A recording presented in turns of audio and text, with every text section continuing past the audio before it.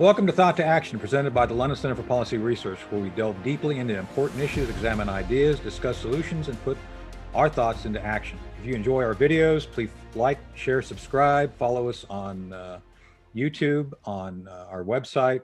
Please join our Patreon at patreon.com, Thought to Action. And we're on Facebook, Twitter, LinkedIn, and now on Rumble. So be sure and check us out there. Today, we're joined by the president of the Young Republicans in New York and one of our most active and one of the fellows I most admire, Gavin Wax. Gavin, welcome to Thought to Action. Thank you for having me, Tony. It's great to be here. So, Gavin, I admire the way you've started an offensive in the culture war, and I think it's going very well. So I want to talk a little bit about that today. About what it means, what's going on, and why your work and our work at the London Center is so important. So let's start with some of the issues regarding cancel culture. It seems to me that there's a real disparity brought on by the left that you guys, your generation is being most victimized by. I would almost describe it as a war on objective truth, that facts are negotiable. Now, I consider myself, and I'll use small p progressive, I consider myself pretty darn progressive. I was pro gays in the military long before that happened. I believe people do have the right to be treated equal. I believe the idea of character should be a more important factor than one's skin color.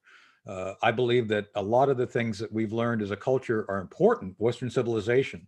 So what do you think? What is the best approach that we need to take to basically continue or expand this fight on cancel culture and the war on objective truth? Well, it's a great question. It's pretty broad, but I mean, I think just first and foremost, you can never bow down to the cancel mob. I think the second that they get their scalp, that they continue on their march towards canceling everything. So you can never apologize.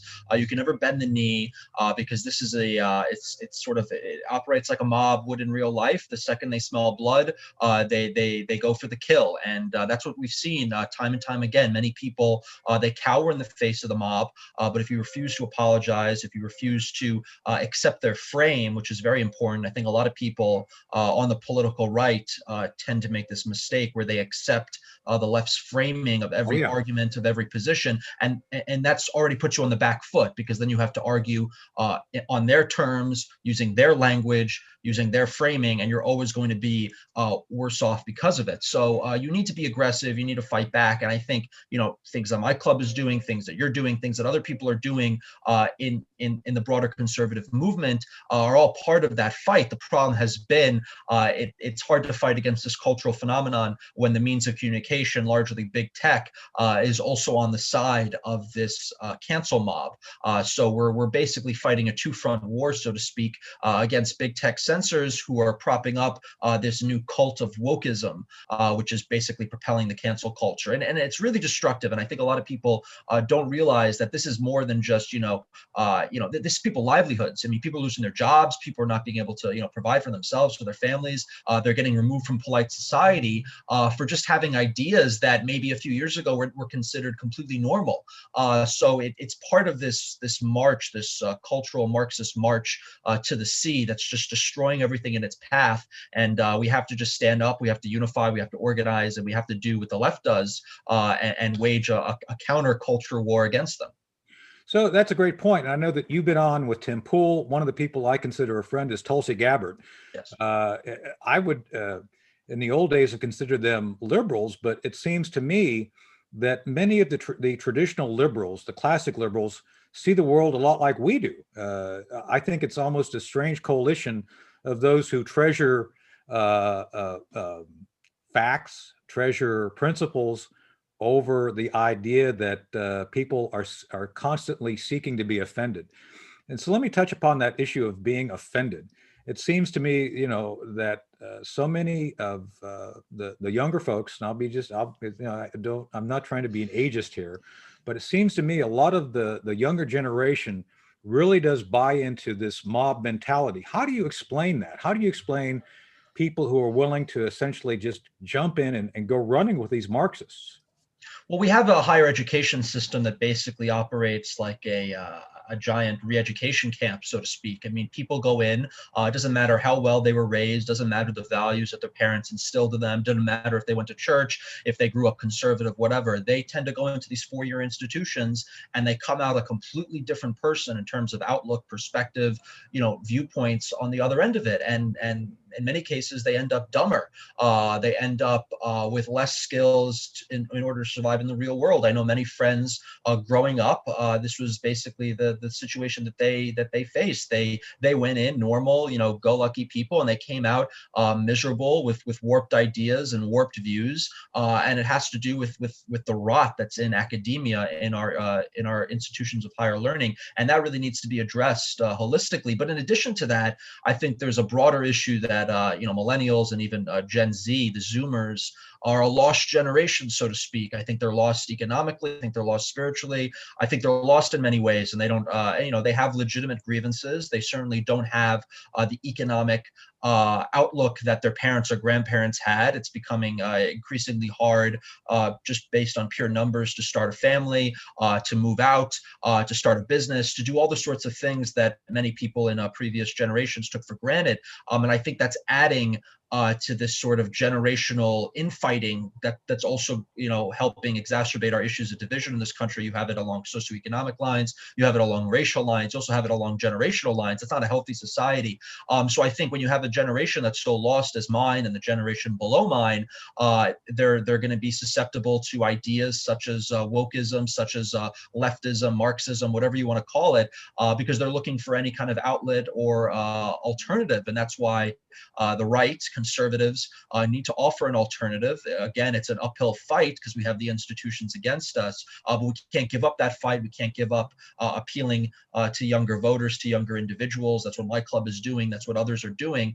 And I think, when it comes down to it, I think we could push through this propaganda. It's going to take some time, but we're going against essentially years of programming. I think it was Yuri Bezmenov who said, the whole demoralization of American society. I mean, I meet a lot of people my age that are completely demoralized, quote unquote, and they completely buy into this narrative about the United States and about everything being racist and everything just being turned on its head. And it's sad and it's stark, but you have to fight against it.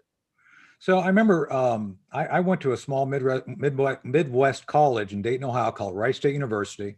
I got 2 degrees. I got a degree in environmental studies and political science. So for the environmental studies degree, I still use things from that every day. One of our finals was to diagram from memory with no books, a complete working nuclear power plant. So you had 2 hours, you had a sheet of paper, a blue book, and you had to diagram that. That was the final. And they expected you to do that. And then my other degree, political science, I participated as part of the mock trial team that won the national championship in '86 in front of the Iowa Supreme Court. Those skills I still use today: the debating skills, the creative skills, the critical thinking skills. And what you're saying is essentially some of those basic things which one would be expected to do, to learn, to integrate this into who they are, has kind of gone away for purposes of just trying to make people feel a certain way. Is that a good summary of kind of the way education has been going lately? Oh, yeah, absolutely. The standards have been eroded, and they've been replaced by political dogma. So you're not learning hard sciences that you're describing. You're not learning critical life skills that you're describing. You're learning, the orthodoxy, political theory and opinion, which is generally cultural Marxism. So they're churning out not students of any field or discipline. They're churning out, indoctrinated foot soldiers, so to speak. And it's a sad state of affairs. I think it also plays into just the broader cheapening of these higher education degrees. I mean, it used to be, a 4-year degree was worth something. Now you need to get a master's. Now it's going to be a PhD. There's been degree inflation because so many people are going to school, when I think at the end of the day, we really need to, get back to basics. And, what is college? If everyone's getting a degree, it's really not what you think it is. It's just, you're just basically postponing 4 years of your life. I think think the country would be healthier. I think a lot of people would be better off financially if more people went into trades, went into trade schools, maybe just 2-year degrees, and they got into the workforce sooner. Because I think more time spent in these institutions, the dumber they are, the farther removed from the real world they are, and they're not able to actually make an honest living when they get out of it. So I think we need an actual national program to basically shift our education focus away from, just liberal arts degrees and in feminist studies or whatever it is, to, learning skills, learning actual employable skills in the trades or whatever it may be. Right. So what we're describing here essentially is much more, I think, populist than necessarily traditional conservative, because one of the things I think that drew you to the London Center that I appreciated about you coming is that many of your views are actually come from a place of how do we create a durable society? How do we create durable people who can function and participate in a positive way to contribute something, not tear something down? So in many ways, the Republican Party, especially represented by you and others who I admire, who are coming up and trying to push these ideas, really represents these things which any functioning society should want. And so how do you feel about the idea of maybe even admitting that maybe the Republican Party has become the party of the populace? What do you think about that?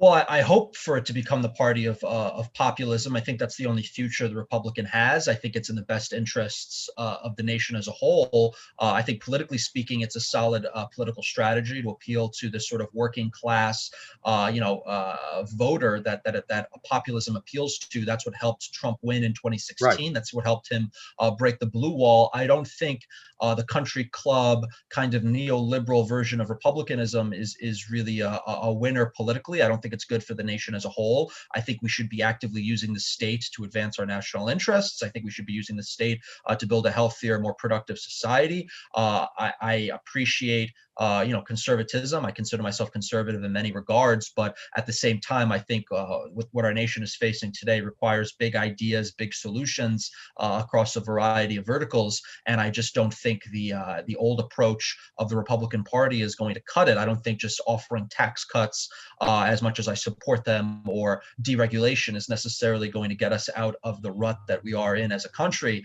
I think we're going to need grander ideas. I think we're going to need populism to get us there. And everything we just talked about so far, whether it's education or otherwise, I think that should be part of the agenda going forward. No doubt.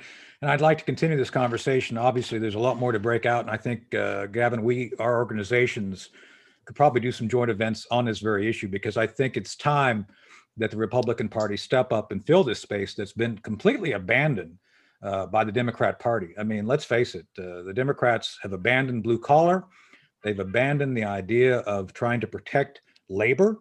Labor costs drop with the more illegal aliens you get in there. It's kind of like, look, why would you benefit others who are not Americans when blue collar workers are struggling to maintain their livelihood? This is one of those things that I've been mystified by, but I'd like to continue this conversation at some point in the near future. So Gavin, thanks for being with us today. Thank you so much. And thank you all for watching and listening to Thought to Action. If you like our program and would like to expand our content, please join our Patreon. Please participate once you join that in our Ask Us Anything question and action sessions. Please subscribe to Thought to Action on our YouTube channel. Please follow us on Twitter, Facebook, and LinkedIn, and be sure and check us out on Rumble. So I'm Tony Shaffer, the president of the London Center for Policy Research, and thank you for joining us for Thought to Action.